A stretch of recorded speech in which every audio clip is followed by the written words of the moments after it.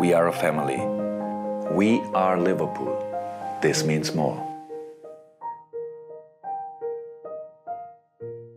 리그 30라운드 기준 단독 선두에 올라선 리버풀. 앞으로도 9경기가 남아있어 우승 타이틀에 대한 언급을 쉽게 할 수는 없지만 2위 아스날과는 2점 차, 3위 맨시티와는 3점 차. 아스날 맨시티와의 맞대결이 없는 가운데 자력 우승이 가능한 위치에 도달했습니다. 두 달 뒤에 어떤 결과를 마주할지 모르겠지만 승점 1점 차로 우승을 놓쳤던 시즌 모두 리그 30라운드 기준 1위에 있었던 적이 없고 선두를 따라가는 입장이었다 보니 좋은 기회가 주어진 만큼 반드시 자리를 지켰으면 하네요. 이번에 있었던 29라운드 브라이튼과의 경기는 여러모로 흥미로운 경기였습니다. 데제르비 상대로 승리가 없던 클롭의 리버풀, 클롭의 후임으로 언급되고 있는 데제르비. 브라이튼의 경우 부상자가 많지만 브라이튼 입장에서 클롭의 리버풀과의 상승이 꽤나 좋은 편에 속하다 보니 리버풀도 방심할 수는 없었던 경기였습니다. 이날 경기의 전술적 요소를 살펴보며 두 감독의 전술적인 역량에 대해 가볍게 살펴보는 시간을 가져보도록 하겠습니다. 지략 대결. 유난히 리버풀이 고전하는 팀이 데제르비의 브라이튼입니다. 22-23 시즌 3대3 무승부, 3대0 패배, 2대1 패배, 23-24 시즌 2대2 무승부, 프리미어리그 2무 1패, FA컵 1패, 4경기에서 승리도 없고 평균 실점 2.5실점. 이는 데제르비가 리버풀의 전술적인 약점을 정확히 파악하고 있으며 전술적인 상성이 존재하는 것을 의미합니다. 실제로 이번 경기에서 압도적인 슈팅과 함께 지배한 경기라고 말해도 경기를 보는 내내 불안함을 감출 수가 없었습니다. 그럼 대체 왜 클롭의 리버풀은 데제르비의 브라이튼에게 고전하는 것일까? 역압박을 되려 좋아하는 브라이튼의 전술적인 성향, 과하게 노출되는 측면 뒷공간, 두 가지 부분에서 상성이 대단히 좋지 않습니다. 이번 영상에서는 완전히 위에 두 가지 부분을 설명하지는 못하지만 그 과정에서 많은 부분이 포함되니까 천천히 살펴보도록 하겠습니다. 부족한 내용은 추후 데제르비 후임 감독 영상에서 나옵니다. 측면 수비 공략. 우선 내용을 얘기하기 전에 선수 구성, 포메이션부터 얘기해보죠. 리버풀은 4-3-3, 포워드와 미드필더는 그대로, 포백 구성에는 브래들리, 콴사, 반다이크, 고메즈, 로버트슨과 코나테의 부상으로 인해 콴사와 고메즈가 출전하게 됩니다. 브라이튼은 4-2-3-1, 부상자가 리버풀만큼 많은 팀답게 윙포워드가 없다 보니 포백임에도 램프티가 오른쪽 윙포워드 포지션, 완전한 벤치 자원인 모데르가 공격형 미드필더로 출전하며 리버풀을 상대로 힘든 경기가 예고되었습니다. 하지만 데제르비는 데제르비죠. 리버풀의 우측 수비 라인을 보시면 콴사와 브래들리, 레프트백에는 고메즈가 출전하게 되었는데 이 조합은 바로 전에 있었던 FA컵 8강 맨유와의 경기에서 후반전부터 경기 종료까지 확실한 공략법이 나온 조합이나 다름없었습니다. 첫 번째로 레프트백 고메즈는 공격적인 빈도를 높이는 풀백 움직임보단 인버티드로 6번 좌측 스토퍼 포지션에서 수비적인 역할을 맡게 된다. 두 번째, 반대로 브래들리는 높은 공격적인 포지셔닝을 가져가게 되어 오른쪽 센터백의 수비 범위가 넓어지게 된다. 세 번째, 스피드가 떨어지는 콴사와 상대 윙포워드의 매치업이 자주 발생할 수밖에 없다. 네 번째, 브래들리를 향해 공을 높이 띄우는 형식의 롱볼을 주었을 때 헤더 클리어링이 매우 불안하다. 공격적인 효율에서는 브래들리의 높은 포지셔닝이 가져다주는 이점이 상당히 크지만 결국 전환 과정에서 뒷공간을 노출할 수밖에 없는 선수 구성이다 보니 우측 센터백의 활동 범위가 넓어지는 것이 문제였죠. 데제르비는 이러한 부분들을 집중적으로, 아니 그냥 노골적으로 파고들었습니다. 이날 브라이튼의 공격 방향을 보시면 무려 53%가 왼쪽에서 진행되었습니다. 이는 리버풀의 오른쪽을 의미하죠. 전반전 양팀의 터치맵을 보시면 보다 명확히 알 수 있습니다. 브라이튼은 왼쪽을 버리고 우측으로 볼을 전달했고 리버풀 또한 우측에서 집중적으로 공략당하다 보니 볼 소유, 역습도 모조리 우측에 집중되었습니다. 데제르비는 리버풀의 공격력을 약화시키고 지역 방어를 통해 실리를 추구하려는 것이 아닌 부족한 자원 안에서도 리버풀의 약점을 공략하여 하나라도 더 많은 공격을 성공시키려 노력했죠. 첫 번째 포인트, 브래들리의 높은 포지셔닝. 고메즈의 왼쪽 공격 효율을 높일 수 없는 리버풀이다 보니 당연히 브래들리의 우측 공격 효율을 높여 공격 전개를 해야만 합니다. 이를 통해 브래들리는 자연스럽게 공격적인 포지셔닝을 자주 가져가게 되고 공격 효율은 두말할 필요도 없이 좋지만 덩달아 뒷공간에 대한 노출도 발생한다는 것이죠. 일반적인 리버풀의 전개 과정을 봅시다. 콴사, 엔도 혹은 알리스터가 우측에서 볼을 잡게 되었을 때 브래들리는 중앙으로 좁혀 움직이기보단 일반적인 풀백과 같이 터치라인에 붙어 있습니다. 이를 통해 중앙에서의 공간을 만들어주고 맨투맨에서 벗어나 패스기를 만들어주는 역할을 하죠. 상대 풀백은 당연히 살라에게 붙어있고 만일 윙포워드가 브래들리에게 붙는다면 중앙 공간이 발생하여 이를 받으러 오는 살라 혹은 미드필더에게 기회가 생기게 됩니다. 따라서 대부분의 상황에서 브래들리는 압박에서 자유로운 상황에 놓이게 되죠. 이러한 점을 활용하여 상대 풀백의 견제를 강하게 받는 살라의 움직임에 따라 브래들리는 배후 침투, 공격적인 드리블, 크로스 등등 여러모로 공격적인 능력을 보여줄 수 있는 것입니다. 하지만 문제는 브래들리가 한 칸 더 높이 올라가게 되어 살라와 스위칭을 할 때입니다. 이는 살라가 내려와서 상대 풀백을 끌어당겨 주어 마크맨이 바뀌는 과정에서 브래들리의 공격 효율을 올려줄 수도 있지만 위치가 높은 만큼 브래들리의 수비 복귀가 늦어지는 것을 의미합니다. 이는 동시에 우측 센터백의 수비 범위가 넓어지는 것을 의미하기도 하죠. 두 번째 포인트, 환사, 윙포워드 매치업 유도. 리버풀의 미드필더들은 포백을 보호하기 위해 3선에 머무르기보단 볼 소유권이 넘어가는 순간 역압박을 통해 선수를 향해 적극적인 수비를 하다 보니 이를 통한 공격적인 리턴값, 수비적인 리턴값 모두 대단히 높습니다. 최고의 상황은 흐트러진 상황에서의 빠른 공격 전환, 최악의 상황은 흐트러진 상황에서의 빠른 역습 허용. 즉 수비적으로 얘기하면 우측 센터백과 왼쪽 윙포워드 간의 1대1 매치업이 자주 만들어진다는 것이죠. 이를 시각화하면 브래들리가 한 칸 더 높은 위치, 살라가 낮은 지점에서 볼 전개를 하다가 빼앗길 경우 곧바로 알리스터와 엔도는 볼을 빼앗기 위한 적극적인 움직임을 가져가게 됩니다. 이때 윙포워드는 직선적으로 측면 뒷공간으로 뛰어들어가고 곧바로 측면으로 볼 전개. 풀백이 없다 보니 콴사가 자연스럽게 측면을 방어하기 위해서 윙포워드와 매치업이 되는 것이죠. 만약 이때 잘 막아내면 다행이지만 요점은 반다이크, 콴사 두 센터백 간의 거리가 벌어진다는 것입니다. 세 번째 포인트, 반다이크 모데르 마킹. 아무리 센터백 간의 사이가 벌어진다 하더라도 반다이크의 수비 범위를 감안하면 그렇게 큰 문제가 되나 싶을 겁니다. 하지만 두 센터백 간의 거리가 벌어지고 이 공간에 미드필더가 침투 움직임을 가져가게 되면 엔도 알리스터가 사이 공간 커버, 침투를 막기 위해 두 센터백 사이에 위치하게 됩니다. 이러면 자연스럽게 반다이크의 수비 범위가 좁아지는 문제가 발생하죠. 그런데 이런 생각이 드실 겁니다. 어차피 반다이크가 공격수 마킹하고 있으면 센터백 사이 공간 수비 범위는 문제없지 않나요? 네, 맞습니다. 공격수를 마킹하면 문제가 없습니다. 그런데 문제는 데제르비가 마크맨을 바꿔버렸다는 것이죠. 데제르비는 모데르를 최전방에 위치하고 웰백을 한 칸 내리면서 모데르와 반다이크 매치업을 유도했고 웰백은 보다 자유로운 움직임을 가져갈 수 있게끔 포지션을 부여했습니다. 즉 어떻게 보면 최전방 스트라이커의 위치적인 역할은 모데르가 맡은 것이죠. 따라서 엔도와 알리스터가 두 센터백 사이 공간으로 들어가고 모데르가 침투하며 반다이크와의 매치업이 붙게 되면서 실질적인 6번이 보호해야 하는 중앙 공간에서 웰백이 자유로운 상황을 마주하게 됩니다. 대단하지 않습니까? 미드필더 공격수들이 빠진 경기에서 남은 자원으로 리버풀의 약점을 공략하며 이 공격 작업을 맞춰온 것에 감탄 또 감탄했습니다. 이를 경기 장면으로 보시죠. 경기 시작 1분 3초 반다이크가 콴사에게 볼을 전달하며 공격을 진행하는 상황입니다. 이때부터 보시면 공격형 미드필더로 출전한 모데르가 반다이크에게 찰싹 붙어 있습니다. 되려 최전방 공격수로 나온 웰백이 한 칸 더 아래 지점에서 엔도와 알리스터를 견제하죠. 콴사가 볼을 받아 측면에 붙어있는 살라에게 전달하고 이때 브래들리는 하프 스페이스에 위치하고 있습니다. 자연스럽게 상대 윙포워드는 살라에게 마크를 붙고 브래들리는 살라와 스위칭하며 앞쪽 공간으로 더 높이 올라가게 됩니다. 브래들리가 상대 풀백 뒤로 움직이며 수비 사이 공간을 만들어줄 때 살라가 누네스를 향해 패스를 넣었지만 이때 패스가 짧아 볼을 빼앗기게 됩니다. 이 공이 크로스에게 이어지게 되는데 리버풀 선수들의 압박을 보시죠. 알리스터, 브래들리는 볼을 향해, 알리스터는 크로스를 향해 압박, 살라는 상대 윙포워드를 향한 압박을 합니다. 즉 이 순간 풀백은 압박을 받지 않고 있죠. 크로스는 에스투피냔에게 리턴 패스, 아딩그라는 뒷공간으로 뛰고 패스를 받은 에스투피냔은 측면으로 패스합니다. 여기서 브래들리, 살라, 알리스터 오른쪽에 있는 3명의 선수가 모두 뒷공간을 커버할 수 없는 위치에 놓이죠. 아딩그라가 볼을 받아 전진하는 가운데 브래들리가 위에 올라가 있으니 어쩔 수 없이 콴사가 윙포워드와 매치업이 붙게 됩니다. 스피드가 느린 콴사와 에스투피냔의 매치업은 최악의 상성이라 볼 수 있죠. 여기서 집중할 것은 크로스, 모데르 두 선수의 움직임입니다. 크로스는 센터백 사이 공간으로 향하며 콴사를 방해함과 동시에 알리스터와 엔도를 당기게 되고 모데르는 반다이크에게 붙어 공격적인 움직임을 보여줍니다. 이때 웰백은 아래에서 아무런 마크맨이 없죠. 소보슬라이가 이를 커버하기 위해 미친듯이 쫓아오고 있습니다. 아딩그라가 그대로 볼을 가져오고 크로스가 콴사의 뒷공간으로 파고들며 엔도가 이를 커버하기 위해 센터백 사이로 이동합니다. 알리스터는 에스투피냔을 압박하죠. 모데르는 박스로 움직이며 반다이크의 움직임을 방해합니다. 이로 인해 반다이크가 침투하는 크로스에게 붙을 수도 없고 어쩔 수 없이 수비 반경이 좁혀지는 것이죠. 이 디테일한 작업을 통해 공격수 웰백이 프리맨으로 놓여집니다. 에스투피냔은 중앙의 자유로운 공간으로 움직이는 웰백에게 패스, 하지만 빠르게 커버한 소보슬라이가 이를 커트했는데 하필 또 공이 모데르에게 연결됩니다. 반다이크는 모데르에게 향한 볼을 정확하게 클리어링하지 못하며 이 공이 웰백에게 되돌아가게 되고 그대로 편한 슈팅 찬스가 만들어져 실점으로 이어지죠. 대단한 디테일이 있던 실점 장면이었습니다. 이 방점은 모데르 반다이크 매치업 유도. 전반전 동안 공격형 미드필더로 나선 모데르의 볼터치는 고작 20회, 패스는 8회에 그쳤습니다. 그런데 이 선수를 반다이크 앞에 붙여놓고 스크린을 세워버리니까 다른 공격수 미드필더의 선수들에게 자꾸만 공간이 발생했습니다. 이러한 데제르비의 디테일에 감탄했습니다. 의도적인 압박 방향, 경기 결과 전체를 두고 봤을 땐 콴사와 브래들리가 그래도 1실점 안으로 막았으니 다행이지만 경기 내용적으로 보면 콴사로부터 시작되는 빌드업을 통해 불안한 점이 많았습니다. 데제르비는 위에 언급한 공격 전개 작업에 대한 디테일을 만들기 위한 초석으로 반다이크에 대한 압박을 강하게 하여 콴사로부터 패스가 시작되게끔 유도했습니다. 전반전 패스 수치를 보시면 콴사 혼자 무려 71번의 패스를 성공시켰습니다. 반다이크는 26회, 브래들리는 30회, 고메즈는 24회. 이것은 고메즈로 진행되는 레프트백 공격 효율이 떨어지는 리버풀의 패턴을 파악한 데제르비가 의도한 방향이라 볼 수 있습니다. 콴사, 브래들리를 활용한 공격 작업을 의도적으로 요구한 것이죠. 콴사가 볼을 많이 잡아야만 브래들리의 높은 공격 빈도가 올라가고, 그렇게 되면 우측 뒷공간이 발생하여 공격을 할 수 있기 때문입니다. 이 과정에서 남몰래 활용한 것이 모데르라는 것이죠. 경기 장면으로 보시면 반다이크가 콴사에게 볼을 전달하는 과정에서 모데르의 위치를 보시죠. 공격형 미드필더가 반다이크에게 죽어라 붙어 있습니다. 당연히 압박 분산으로 인해 반다이크가 콴사에게 볼을 전달할 수밖에 없게끔 유도하는 것이죠. 콴사의 패스를 받는 선수들 패스 공간만 차단, 브래들리가 패스를 받으면 이때는 다시 윙포워드가 압박, 어쩔 수 없이 콴사에게 리턴 패스. 콴사가 볼을 받을 때 모데르의 시선을 보시죠. 위쪽으로 압박이 아니라 반다이크의 위치를 보고 있습니다. 불안한 상황에서 콴사가 반다이크에게 볼을 주는 그 사이 공간을 견제하는 것입니다. 다른 장면으로 리버풀이 골킥에서 쇼패스로 골키퍼를 통한 빌드업을 시작하는 과정에서도 브라이튼의 초점은 엔도, 알리스터를 향한 견제, 그리고 반다이크로 향하는 볼의 흐름을 차단하는 것이 목적입니다. 이로 인해 켈러의 롱볼을 유도하든 아니면 콴사로부터 시작되는 우측 빌드업을 유도하는 것이죠. 일반적으로 공격수들이 센터백에게 달라붙는 것이 아닌 리버풀의 피봇 그리고 반다이크로 향하는 패스 동선 차단에 주력했습니다. 이처럼 어쩔 수 없이 콴사가 볼을 받게 유도한 다음 우측에서 전진 드리블을 칠 것 같으면 그로스는 콴사가 잘못된 판단을 내리게끔 압박을 가합니다. 나머지 선수들은 오롯이 콴사의 패스 동선만 차단할 뿐 무리하게 콴사에게 여러 선수들이 붙으려 하지는 않습니다. 콴사는 이러한 압박에 대처하기 위해 반대편 스위칭 패스를 선택하고, 문제는 이렇게 반대편 전환 패스가 연결되더라도 반대발 풀백을 쓰고 있기 때문에 고메즈가 측면에서 볼을 받았을 경우 전진하는 데 있어 한계점이 있습니다. 콴사가 스위칭 패스를 아무리 이렇게 잘 넣어도 그로 인한 공격 전개에서의 효율이 나오지 않는다는 것을 알고 있는 것이죠. 이 때문에 콴사는 전반전 내내 패스를 강요받으며 71회의 압도적인 패스 수치를 보였고, 두 팀은 45분 동안 오른쪽에서만 공격과 수비를 오가며 팽팽하게 긴장감 넘치는 경기를 했던 것입니다. 이렇게 데제르비가 어떻게 리버풀의 유일한 약점인 우측을 공략하기 위해 어떠한 함정을 만들어 두었는지 자세히 알 수 있었습니다. 영상을 보면서 브래들리 콴사에 대한 걱정을 하시는 분들도 있겠지만 당연히 두 선수가 아직은 어린 선수이기에 완전한 능력을 지니지 못한 것이지 지금도 정말 미친듯이 잘하고 있습니다. 다만 우승을 하기 위해서는 완성형 선수들, 코나테, 아놀드가 복귀하게 되면서 전술적인 약점을 최대한 노출하지 않는 편이 좋기 때문에 셰필드전에서 복귀하는 두 선수에게 큰 기대를 해보도록 하겠습니다. 사실 영상에서 데제르비의 장점을 다 설명하지 못했거든요. 데제르비가 가지고 있는 전술적인 최대 장점은 다양한 빌드업 방식을 통해 압박을 분산시키는 패턴이지만 워낙에 재밌는 요소가 많아서 요약하는 게 쉽지가 않았습니다. 선수들의 배치, 디테일을 통해 공간을 창출하는 데제르비의 능력에 대해서는 후임 감독 영상에서 다뤄보도록 하겠습니다. 그럼 안녕!